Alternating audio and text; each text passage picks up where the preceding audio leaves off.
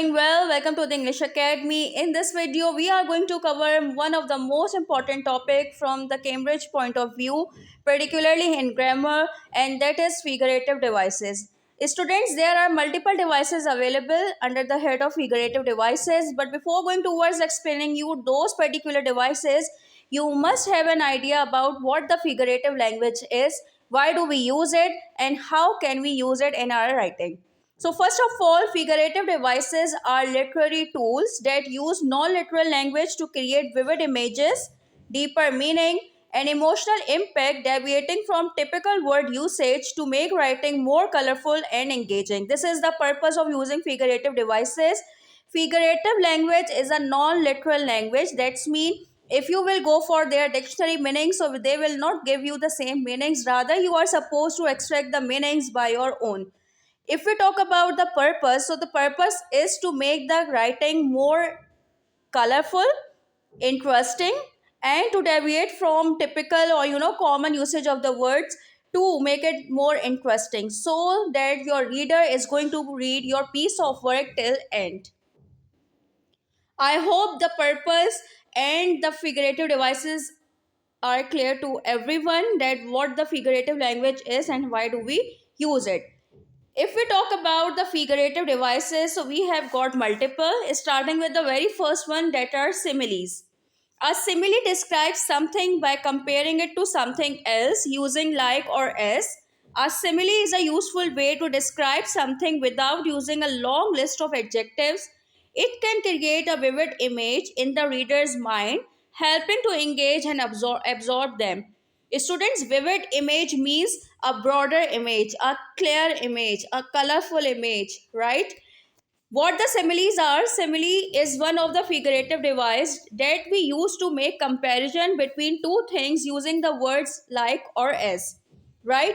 Instead of using the typical adjectives, if you do not want to use the adjectives, you go for using similes. Now let's have a look at what the similes are. As busy and as a bee, as cool as a cucumber, as stubborn as a mule, as fast as a cheetah, as sweet as a song, as quiet as a mouse, as wise as an owl, as bright as a button, as light as a feather.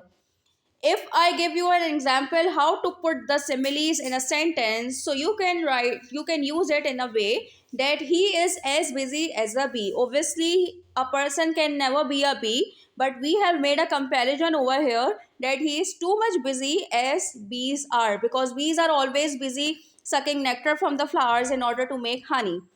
As cool as cucumber, cucumber is actually used due to its cooling ability, right?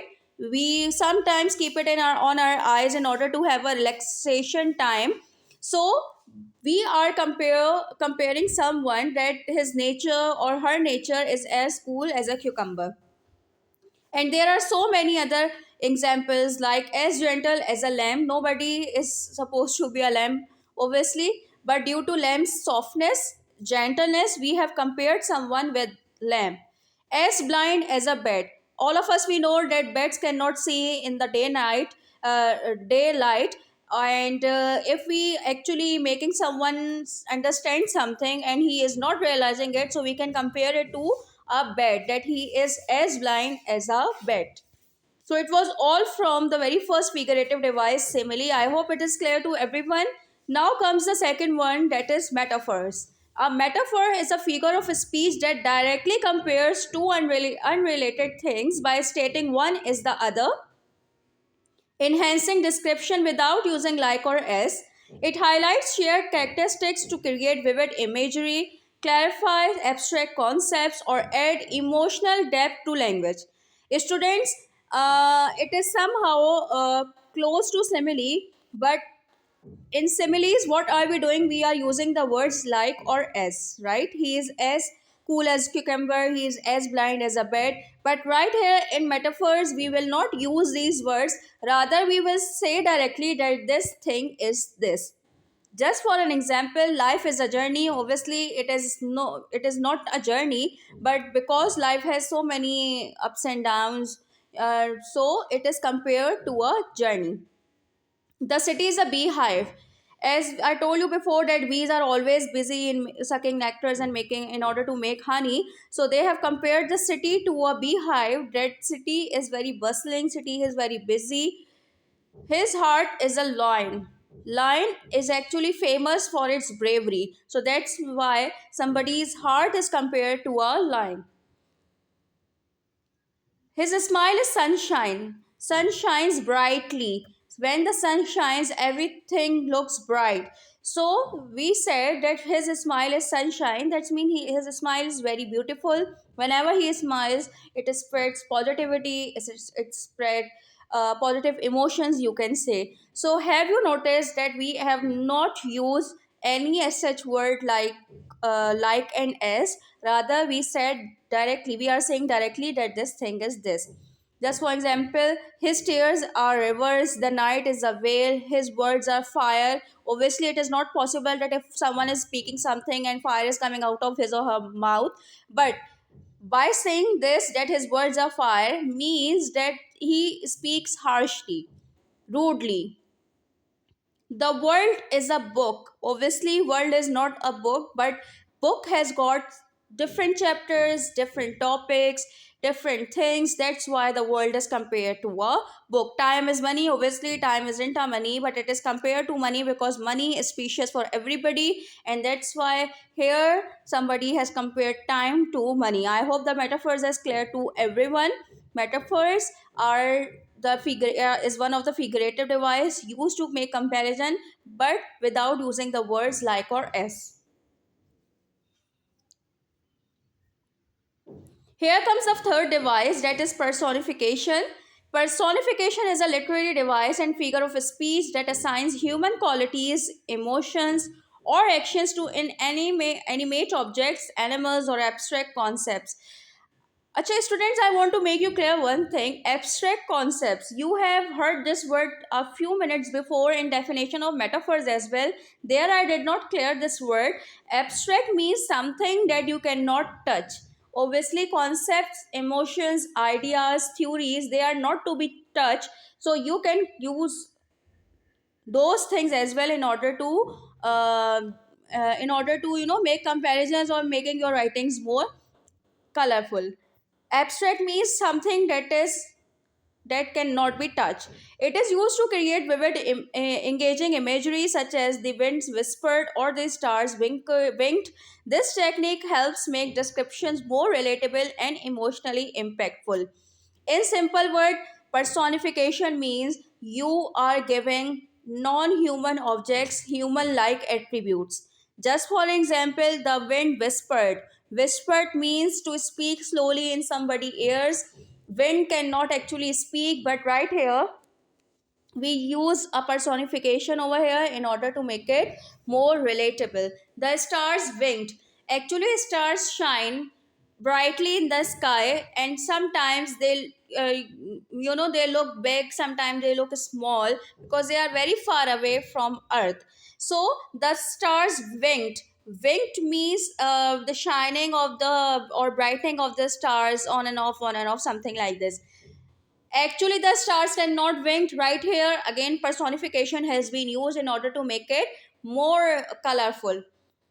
There are some examples of personification which will obviously help you to clear this concept.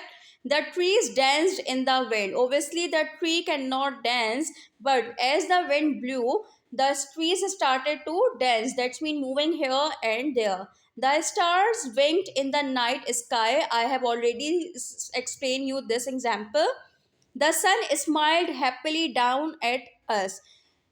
Smiling of the sun is actually not possible, but right here personification has been used in order to give it more broader explanation.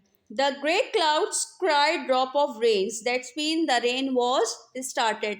Instead of simply saying that it was raining or the rain started, personification has been used over here, and we said the great clouds cried drops of rain. Another figurative device.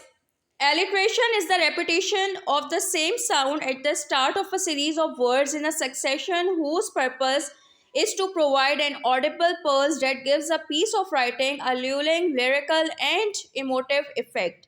What does it mean? Students, it means that alliteration is the repetition of the same sound words at the starting of a series of words. What is the purpose of using this device into the writing?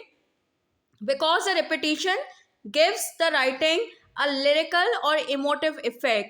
So it looks quite interesting in reading. It seems quite interesting when an alliteration is used in any of the creative piece of work. Just for example, the sly snake slithered slowly in the sand. Peter Piper picked a peck of peppers. She sells seashells by the seashore. I bought a bag of big bell peppers. I hope that you have noticed that how every word is started from the same sound word. Like in the first example, every word has started from S, in second P, third again S, and fourth one B, right? So this is something alliterations are called, in which we use same sound words in the start, same sound letters in the starting of the each word in order to give it a lyrical effect,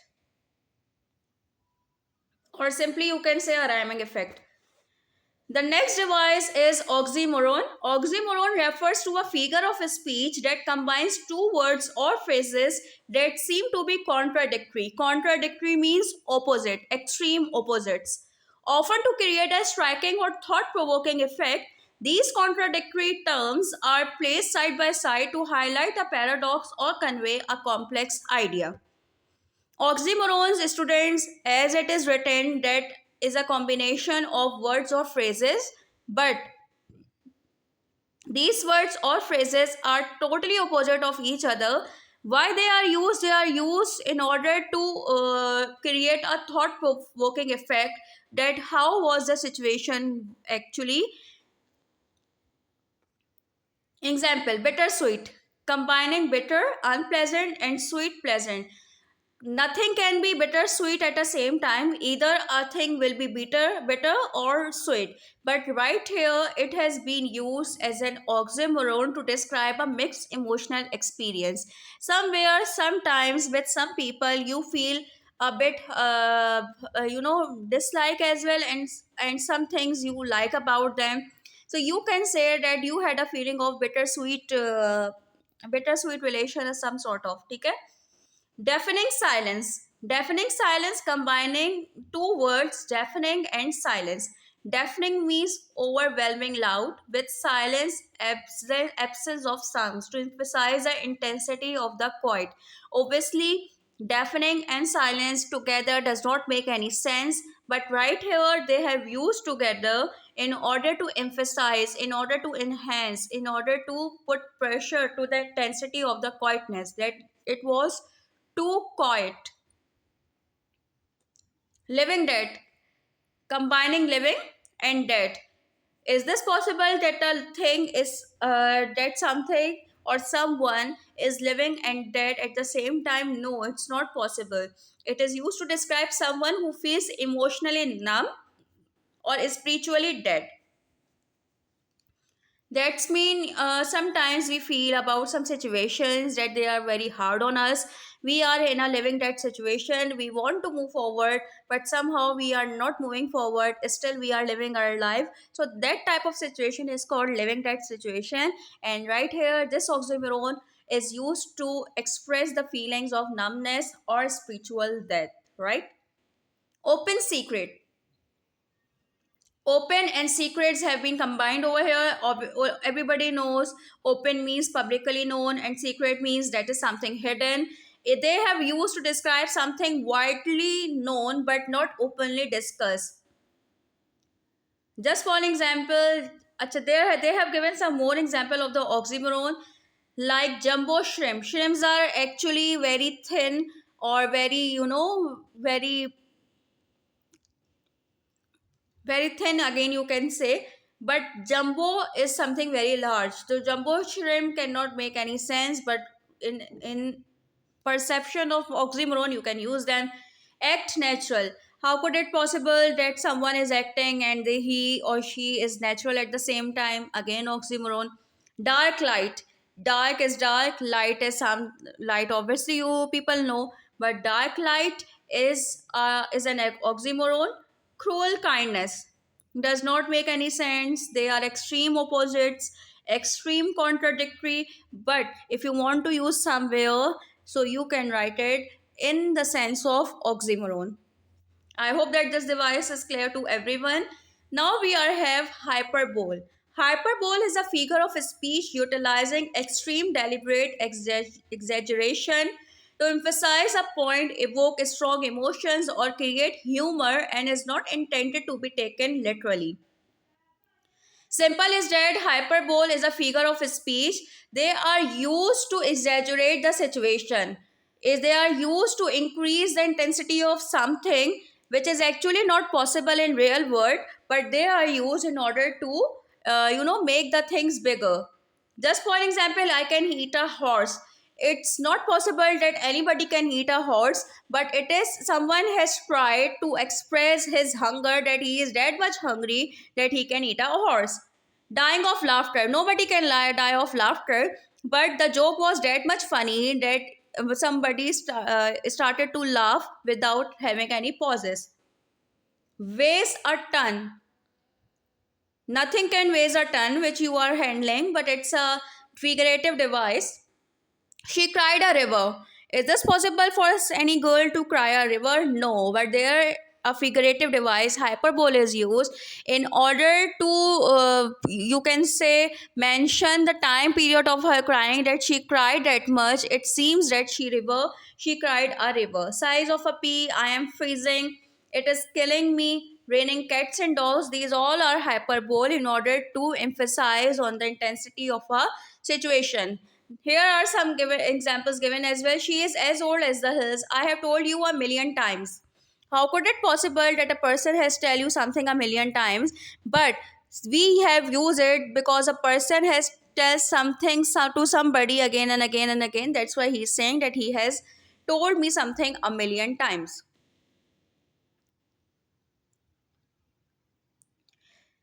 His brain is the size of a pea. All of us we know that pea, the size of the pea is so small.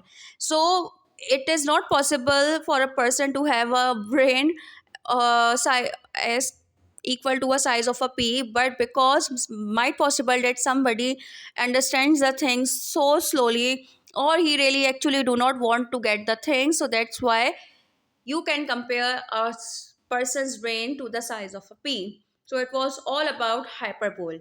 Now comes idioms. Idioms are fixed phrases with figurative meanings distinct from their literal definitions, used to add color and emotion to language. All of us we know that idioms are the phrases, they have fixed meanings, right? They can use in a particular situation, but you cannot use them in literal meanings. Rather, you are supposed to use them according to the need of the situation. Just for an example, crash a party means to attend a party without being invited, right? Hit the books, study. In touch, in contact, play with fire, do something very risky. Talking to him is just like play with fire. Nobody can play with the fire, but because it is risky, because the person is too harsh and rude, he does not answer well. That's why we can say that talking to him is like play with fire. Spin a yarn, tell a story, have a tough row to hoe, be faced with a task that is difficult because of unfavorable conditions, on a roll, having consistent run of success, ring a bell, sound familiar, miss the boat, a piece of cake. The test was a piece of cake. I finished it in just 10 minutes. That's mean it was too simple and easy. Break a leg. That's mean good luck. Break a leg in your play tonight. Kick the bucket to die. The old man kicked the bucket at 95. That's mean he was 95 years old when he was died. Hit the sack means to go to bed or sleep. I am so tired, I will hit the sack now. So it was all from idioms. I hope that idioms are clear to everybody. Now here comes the very last device, that is onomatopoeia. Onomatopoeia is a figure of speech where words imitate the natural sounds associated with the objects or actions they describe. Example: sizzle, boom, tap. It enhances writing by creating vivid sensory imagery, commonly used in literature, poetry, comics to mimic animal, mechanical, or impact noises. Very simple and easy one.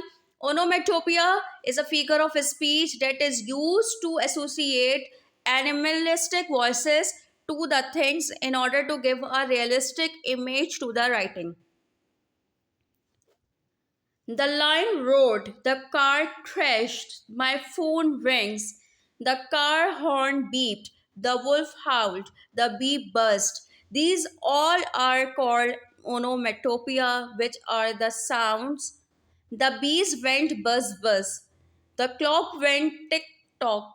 Obviously, when the clock is working or operational, it creates the sound tick tock. So this is something onomatopoeia is.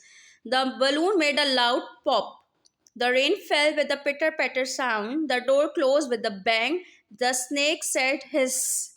The glass broke with a crash. The fire made a crackle sound. So it onomatopoeia, simple as that, is all about the sounds created by produced out of products, objects, or animals.